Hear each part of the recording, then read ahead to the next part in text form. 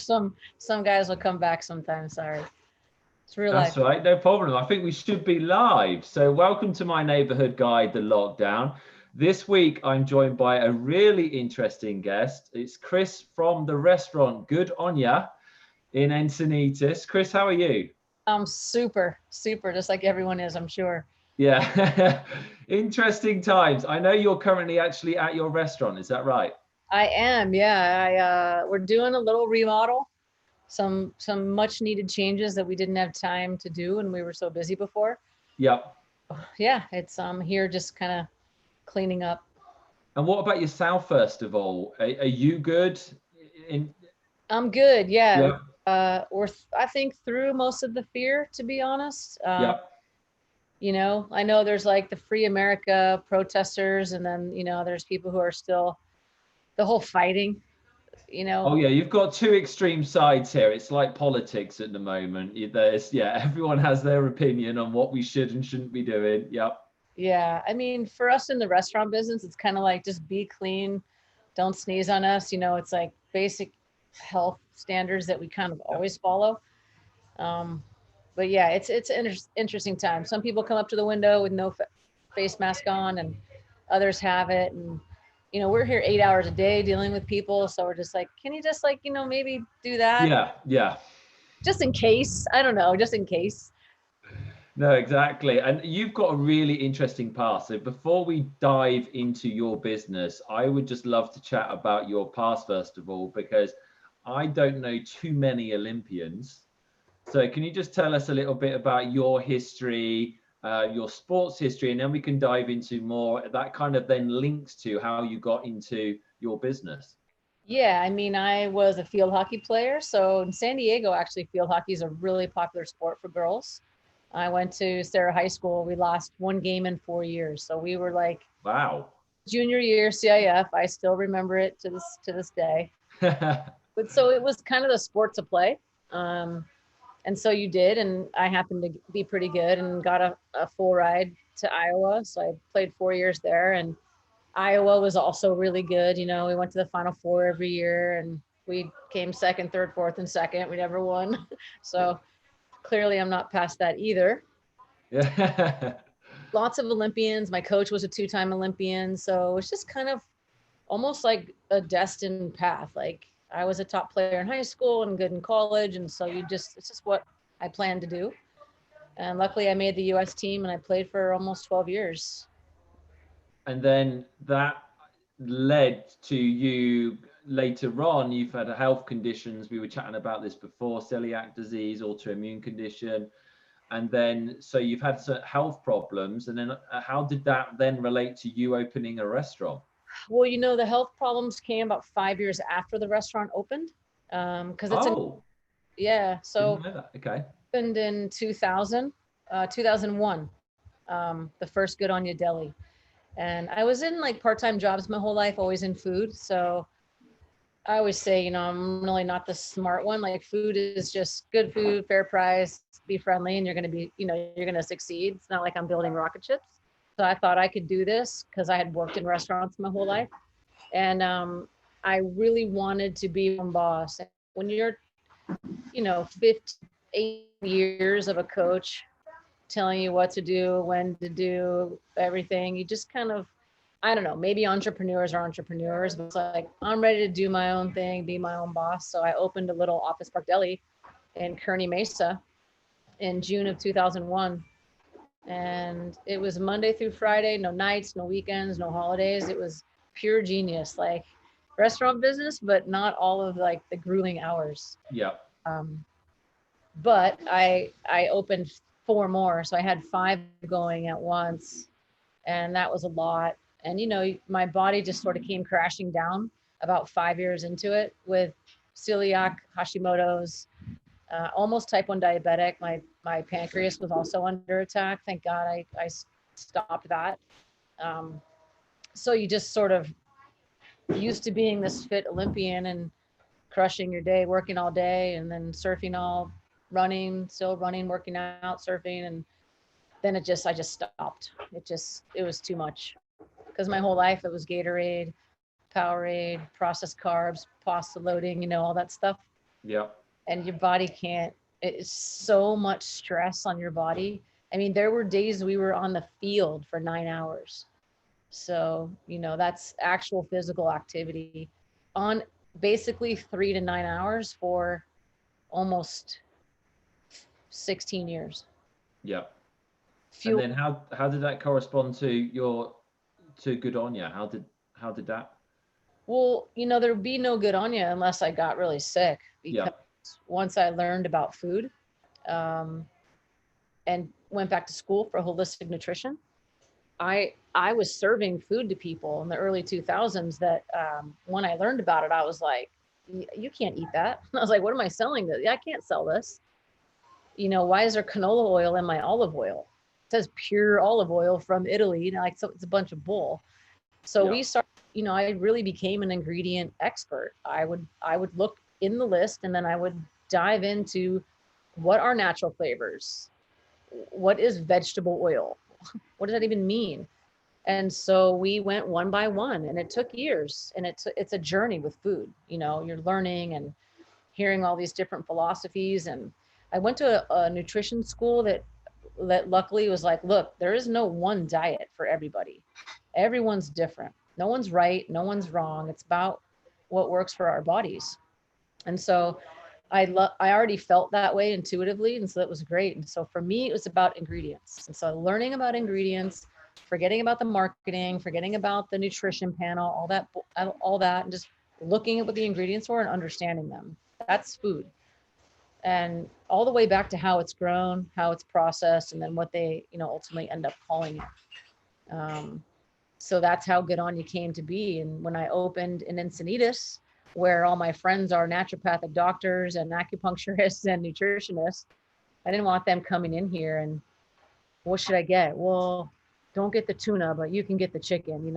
I didn't want to have those conversations. So like, every single thing we do, every single ingredient, I have got to eat myself. Yeah. Uh, I got to believe in it, because I can't, I just literally can't take your money and watch you put something in your body that I know is hurtful.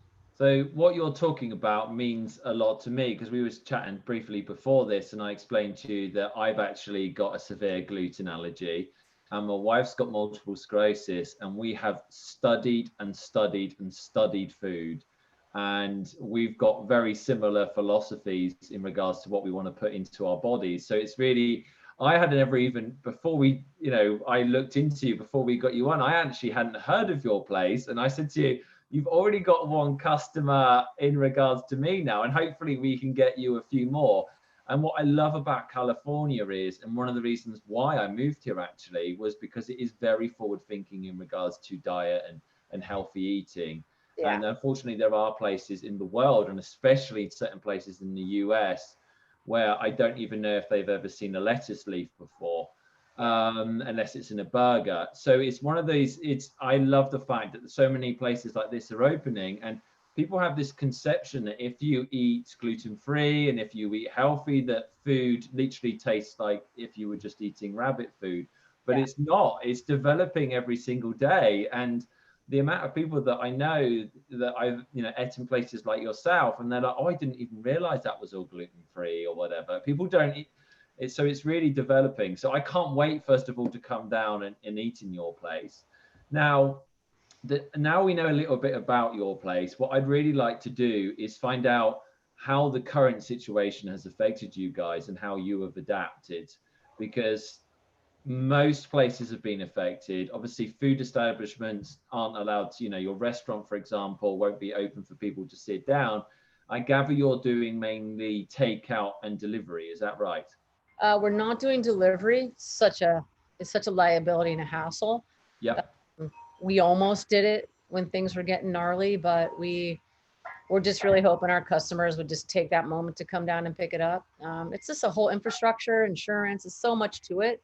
So we just really just dialed in and making our DoorDash more user friendly and updating the menu there. It's a lot to maintain when you have a third party delivering your food. Yep. You run out of something and it's just like a shit show. You're like running around trying to change all the menus. And so it was about 2 solid weeks of taking our menu. Whereas when our servers ring it in, there's shorthand, there's little codes we use. But if you're going to ring yourself in at home, you got to be able to understand exactly what the options are and without coming in to look at anything. So I had to make all these modifier menus and make it, user friendly. And it was so much work. It was crazy. Do you Now, think that will help you in the long run, though? Do you think that is yeah, it something that you probably should have done anyway, and this pushed you to do it? yeah, for sure. I mean, we didn't really focus too much on it because we're a sit down restaurant. But it's going to definitely, is a good investment. We have to change a lot back once we reopen. But we're actually remodeling right now to do a little to-go nook. And termites were like holding up one of our walls, our landlord said, and our door opening. And I'm like, okay, well, I guess it doesn't matter. No one can come in. But he's like, look, we got to tear this wall down. So if you want to do something different, now's the time. So we just kind of reconfigured the equipment that we already had and just had to build a little drywall. And if you've been to our place, the front patio, there's going to be a roll up door, and then you can just walk up and there'll be coolers right there for grab and go stuff. You order your to go there and walk out. So you don't even need to really come in the whole restaurant. So then when we are back to normal, we call it a new normal. We don't want to go back to actually the way things were. We want it to be better. Yeah. It'll be more of a calm environment inside.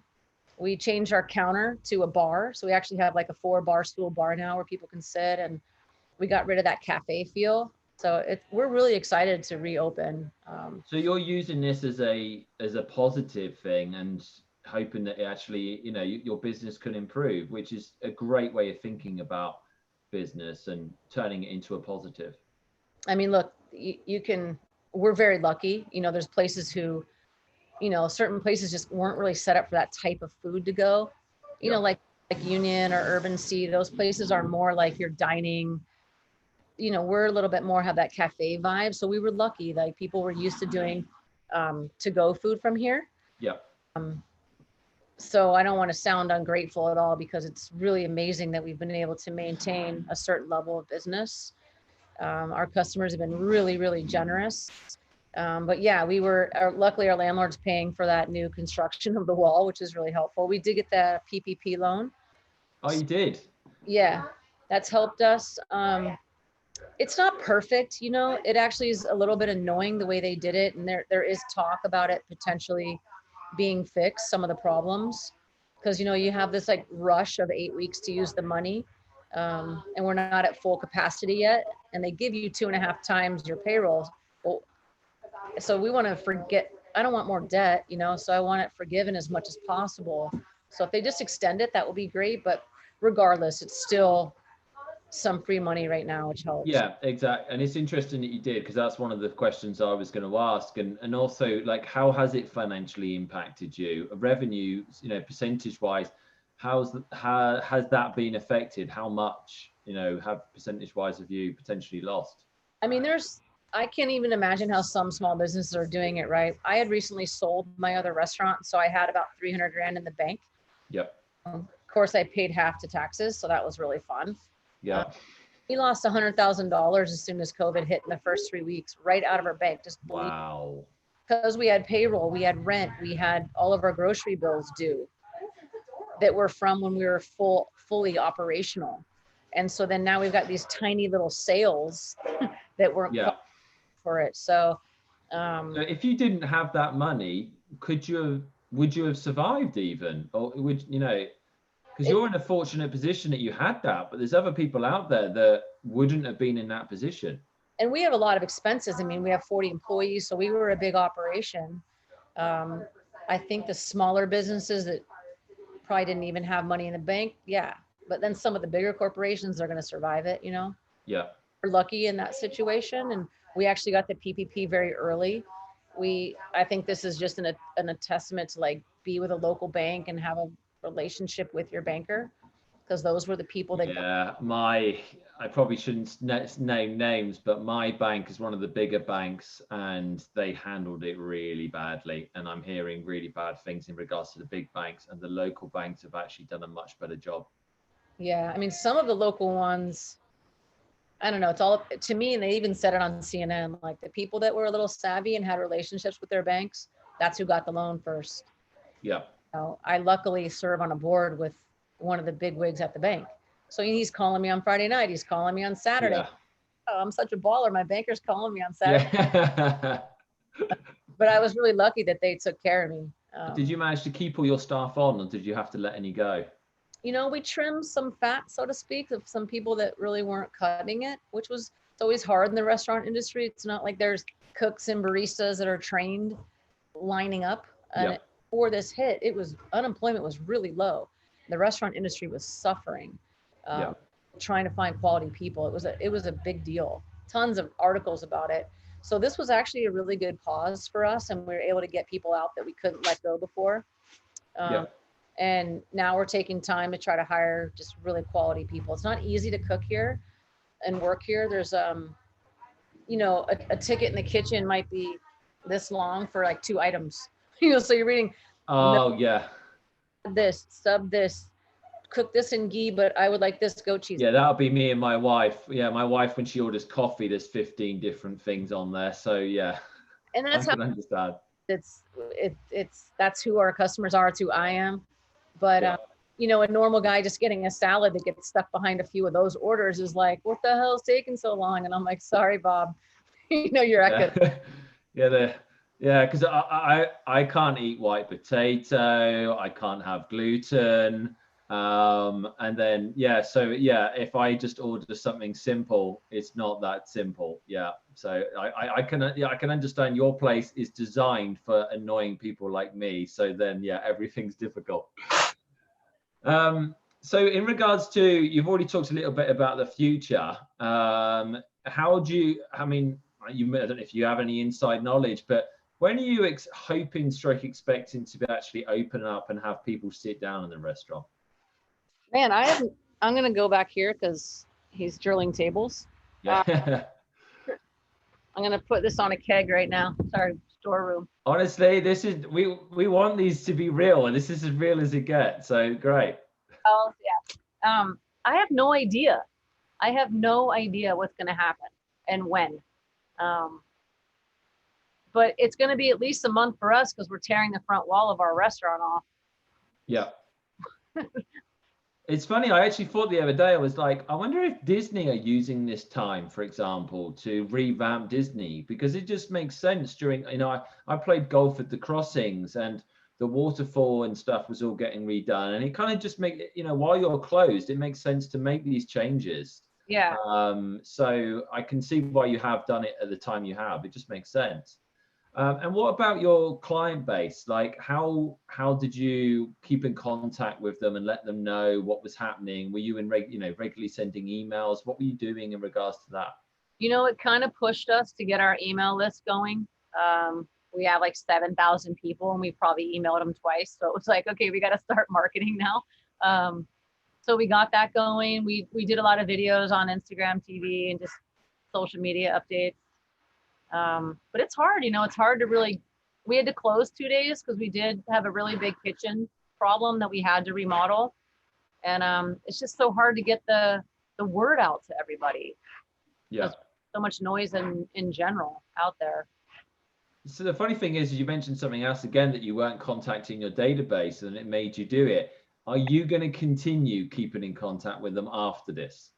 For sure, because you know we sell products online too. Like that's kind of my end game, and yeah, we've just never been very aggressive with marketing. You know, we pay $12,000 a month for a billboard on 101, which is our rent. Yeah. And I've always had really good locations, so I got kind of lucky in that respect, and I haven't had to do a lot of marketing. But now that we have our products, we want to just kind of educate people more about those. And so, yeah, 100%. And what are those products, just to give it a plug right now? Well, we make GOODONYA Hydrate. So most of our customers know that. It's a little electrolyte and hydration powder. So think of like a Gatorade, but in a powder form and actually good for you. Not packed full of sugar. What's that? Not packed full of sugar then. Oh my God. I mean, that's what killed me, man. I mean, Powerade was given to us by Coca-Cola, you know, their largest Olympic sponsor in the world, 40 grams and 20 ounces. And we drank that all day long, all day. you were dehydrated, your performance dropped 50%, even if you're thirsty. Like they put the fear of God in you. So you're just eating this stuff. And I had pretty much diarrhea for like 12 years and didn't even realize it was all this sugar. Yeah. You know, your body sends water to your bowels to break it down and get it out. And it's just bad. And how can people best support your business? Is it, I suppose it's a really simple answer to this. Come and eat in your restaurant and buy your products online.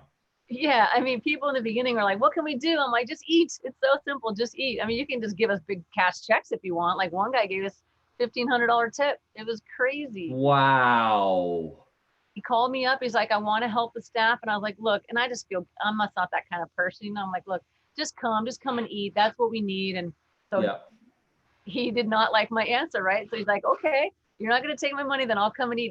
He does. And then he tipped $1,500. Like, wow. So now that, I think this is the highlight from it. What can people do to help you? $1,500 tips. That's not bad.